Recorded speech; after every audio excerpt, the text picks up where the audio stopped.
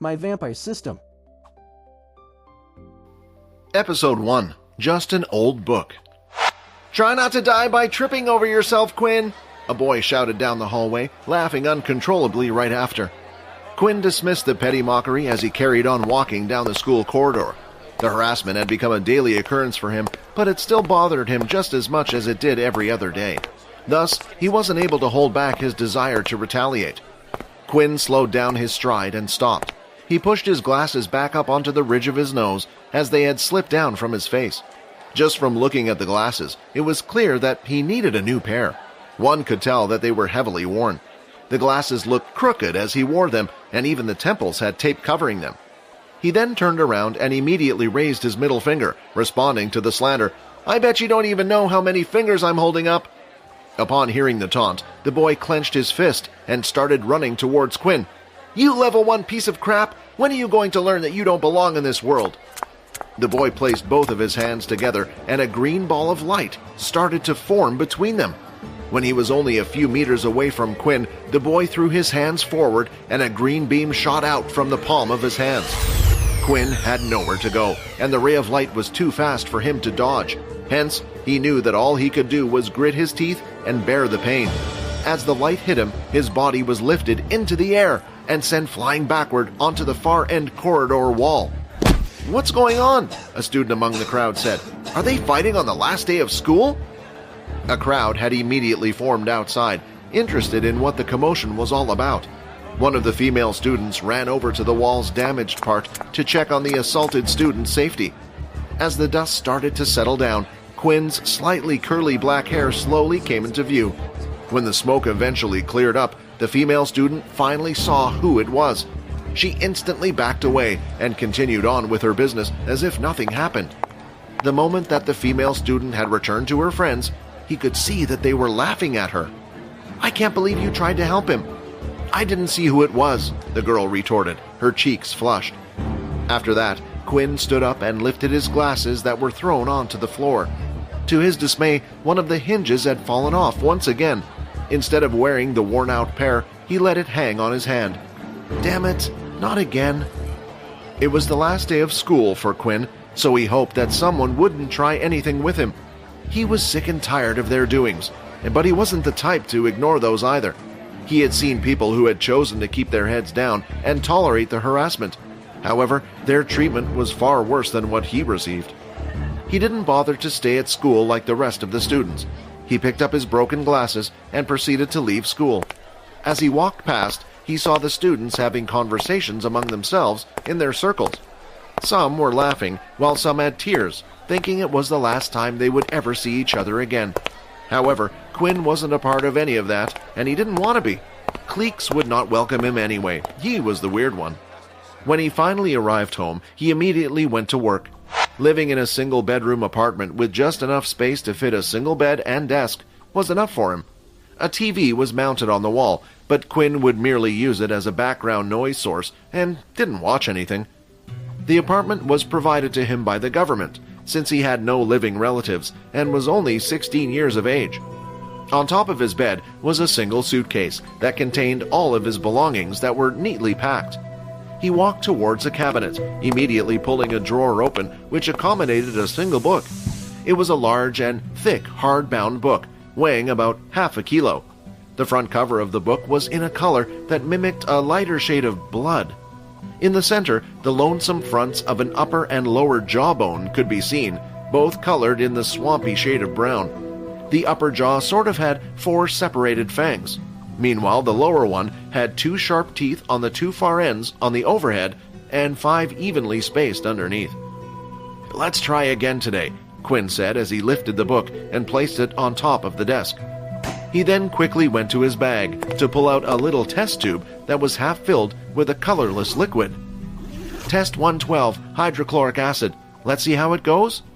He then started to slowly pour the liquid out of the test tube onto the book. "So far, there is no reaction." He proceeded to continue to pour all of the test tube contents on the book, but there was no reaction at the end of his experiment. Carefully, he examined the book while jotting down the results in his notebook, seeing if there was any damage done, yet the book looked the same as always. Another failure. Why won't you open? Why did Mom and Dad even have this thing? 112 times. This was the number of different ways that Quinn had tried to open the book. Not only did the book not open, but it seemed like it cannot be damaged either. He had even tried burning the book, cutting the book, melting the book, though nothing had worked against the book that seemed utterly durable. Lying on his bed, he turned on the TV for its sole purpose, making background noises.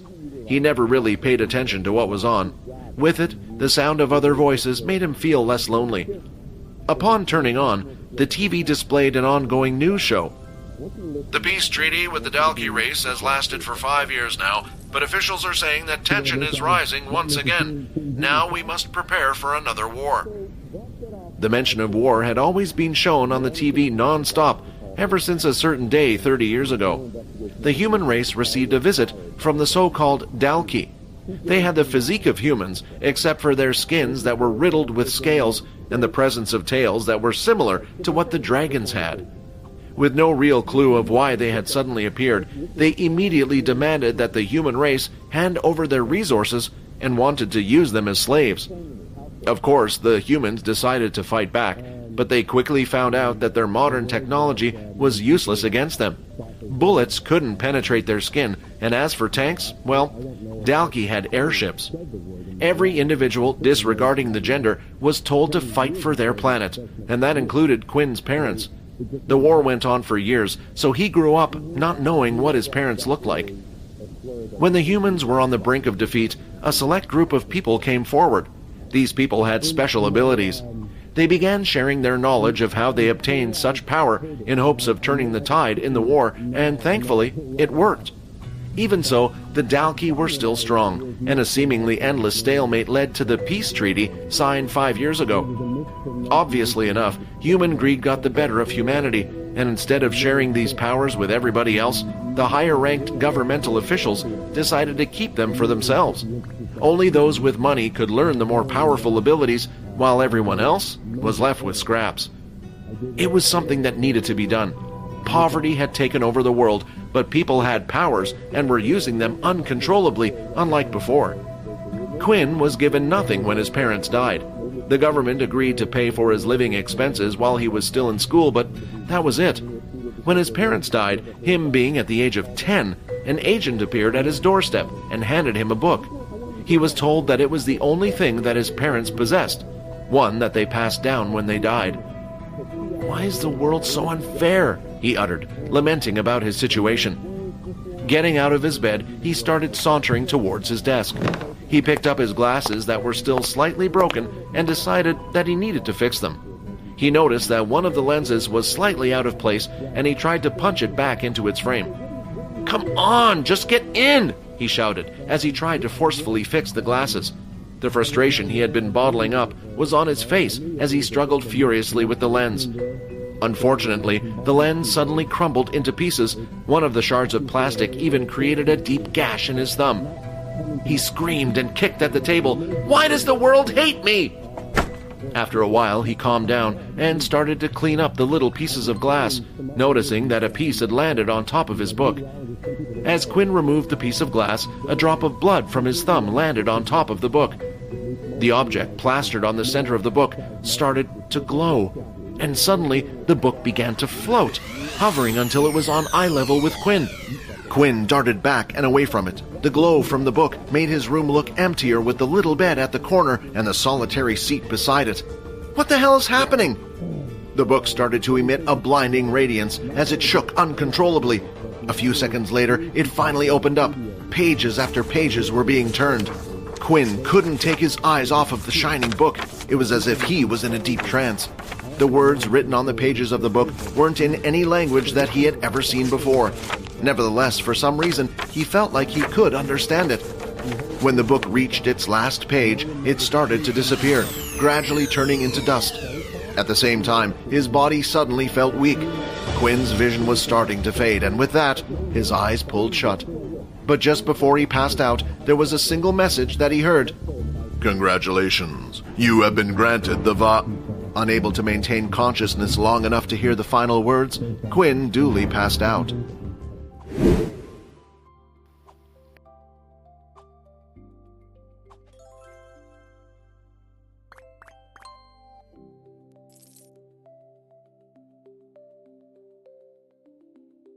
my vampire system. Episode 2, Daily Quest. Gradually, Quinn's eyelids started to flutter open and his vision soon returned. His head felt heavy and his body was slightly sore. As he lifted himself off of the ground, he touched his head gently to see if he had injured himself. "Why does my head hurt so much?" he thought, bewildered and unable to make any sense of what just happened to him. After patting his head all over, Quinn then went to pick up his glasses that had fallen on the floor not too far from him. Regrettably, only one lens that was left intact.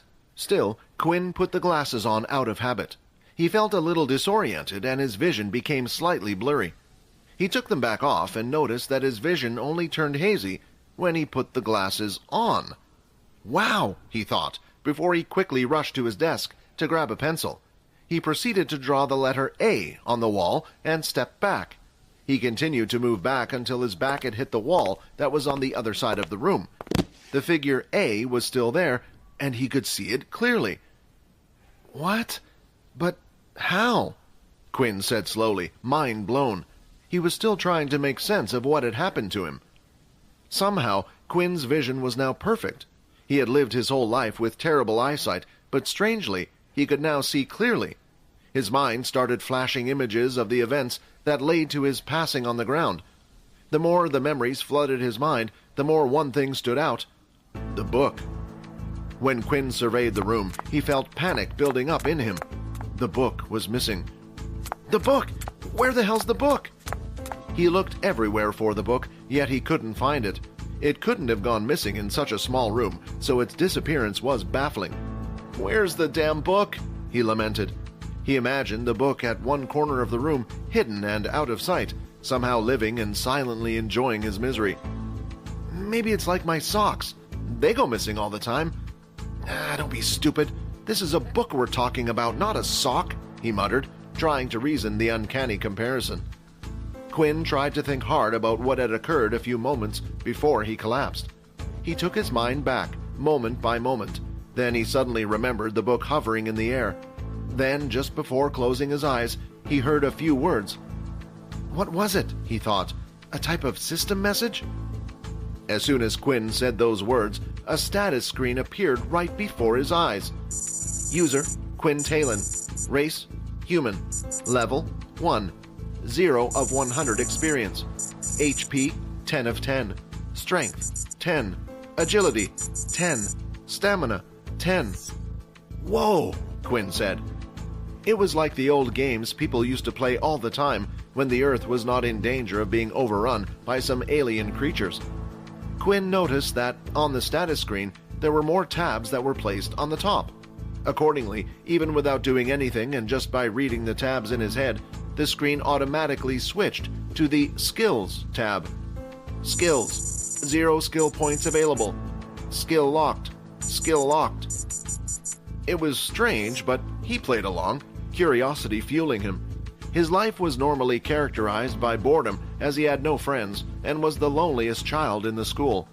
On the Skills tab, Quinn wasn't really able to see much. Everything seemed to be locked and slightly grayed out, so he quickly moved on to the next tab, Shop. Unlocks at level 10. Can I do anything? He wondered. The last tab was the Quest tab. Finally, it seemed like a tab that wasn't locked behind a requirement. Main quest. Reach level 10. Daily quest. Drink 2 liters of water. Reward. 5 EXP. After checking everything that the system had to offer, Quinn had to just think about closing the system, and it did. When he thought about opening it again, the screen immediately popped up in front of him. There was another thought on Quinn's mind that explained what was happening to him. The book that his parents had left him was an ability book. These books could often be bought at very high prices from the military or a company. Some were even sold on the marketplace.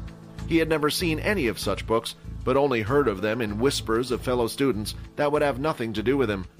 However, Quinn had never heard of an ability book that promptly disappeared, granting the user a system such as the one he currently had. The ability books were designed to be learnt manually. It wasn't something that one could pick up and instantly understand how to use, and it definitely did not appear as a screen overhead when one thought of it. A smile started to slowly appear on Quinn's face. This was great news for him. He had always been a level 1 ability user because he could never afford to buy any ability books. To his fortune, he had something that he could use. His mind raced, reeling out options for him. He had things he could practice, things he had never done before. The book would help him, he thought. "Waterbending, come on," Quinn said as he raised his right palm forward towards the kitchen sink, expecting water to gush from the tap at his command. Embarrassingly, nothing happened. "Okay, next. Wind, out." Quinn did the same again, but there was nothing happening. After trying out many different things according to all the abilities that he had seen before, it turned out that he was unable to perform any of them. He made his way to his bed and sat dejectedly on it. What the hell is this useless thing? Is it really just a system ability? Quinn thought about it for a while. If it truly was like a game, then perhaps, by completing the quests, he would eventually get stronger and unlock more skills. He had heard the students in school gush over those memories, which were shared to them by their parents. Some of them still had these games, which were now antiques, sitting in their homes. Maybe it was his mistake that he was treating it like an ordinary ability book when clearly it was not. He was still unable to find it, and ability books did not disappear into thin air. Usually, ability books were based around one ability. It was important for a person to select their first ability book carefully, since a regular human body could only perform one ability attribute in their lifetime. If one got transform ability as their first ability, they would only be able to acquire other skills that were related to this attribute. For instance, if someone obtained fire as their attribute, they could solely dedicate themselves into gathering skills that the attribute fire could utilize. But this book was different, he felt it. What ability book could completely heal his eye defect? Quinn went to open his mini-fridge, grabbing the bottles of water that were inside. He soon began downing the water bottles one by one. Damn, how much is 2 liters? My belly feels like it's going to burst. After finishing his 4th bottle of water, the screen popped up in front of him, and a new notification message appeared. Daily quest complete. 5 EXP has been granted. 5 of 100. Well, at least I know how the system works now, Quinn said, satisfaction evident in his tone. A loud knock from the door startled Quinn. He jerked and almost threw the empty bottle of water he was holding on the ground. The knock came again. There was only one group that knocked like that, the real soldiers. Quinn dashed towards the door and opened it. As he opened the passageway, standing in front of him was a large, muscular, bald-headed man wearing a black military uniform, signifying the Earth attribute. There were several medals on his garment. His name was written on the area of the uniform right above his chest. Sergeant Griff. "Boy, it is time for you to vacate your room immediately. The vehicle has been waiting outside for 5 minutes already." With everything that had happened, Quinn had forgotten about his move today. "It's time for you to head to military school," Griff announced.